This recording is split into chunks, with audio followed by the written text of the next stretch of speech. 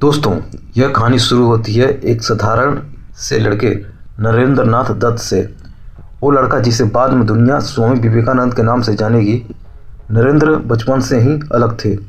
तेज दिमाग, गहरी सोच और एक सवाल, भगवान सच में है? अगर है तो मुझे दिखाओ। लेकिन जवाब कहीं नहीं मिल रहा था, बस सवाल सवाल और सवाल। एक दिन नरेंद्र की मुलाकात हुई रामकृष्ण परमहंस से। उन्होंने सीधे पूछा, क्या आपने भगवान को देखा है? परमहंस मुस्कुराए, हाँ, उतना ही स्पष्ट जितना मैं तुम्हें देख रहा हूँ। ये जवाब दे नरेंद्र के अंदर बिजली की तरह दौड़ा। वो चौंक गए, हिल गए, और यही वह दिन था जिसने उनकी पूरी जिंदगी बदल दी। उन्हें आखिर मिल गया जीवन का गुरु। रामकृष्ण ने उन्हें सिखाया, अगर किसी चीज़ के लिए सच में तड़प हो तो पूरा ब्रह्मांड उसे तुम्हारे पास ले आता है।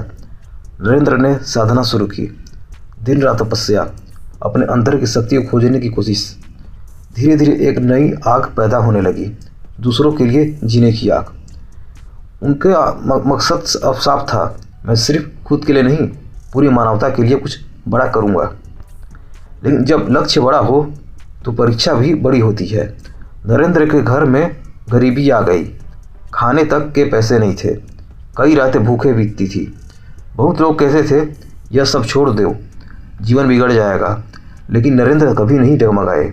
वो कहते, सत्य का मार्ग कठिन हो सकता है, लेकिन यही रास्ता इंसान को महान बनाता है।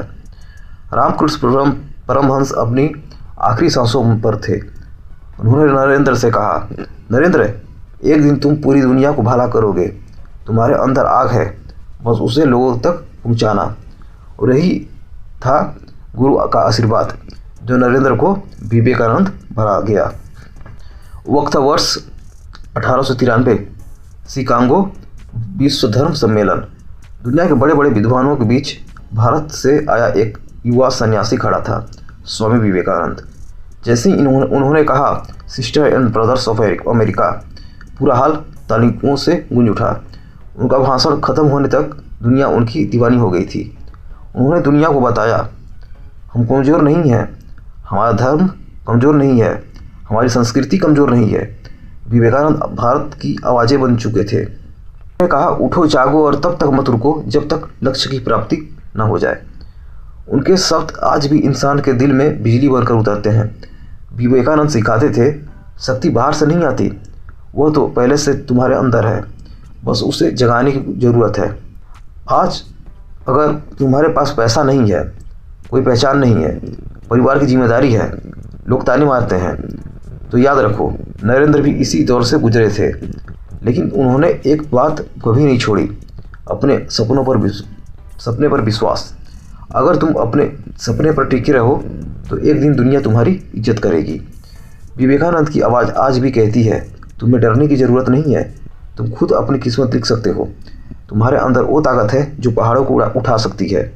बस खुद पर विश्वास करो, अपने लक्ष्य पर ध्यान दो और चल पड़ो। क्योंकि सफलता तुम्हें नहीं खोजती, तुम उसे खोजते हो और हासिल करते हो।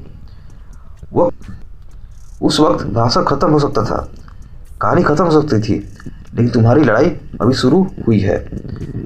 याद रखो, अगर नरेंद्र साधारण से विवेकानंद बन सकते हैं तो तुम भी अपने सपने से महान बन सकते हो। तो उठो, जागो और दुनिया को दिखा दो कि तुम कौन हो।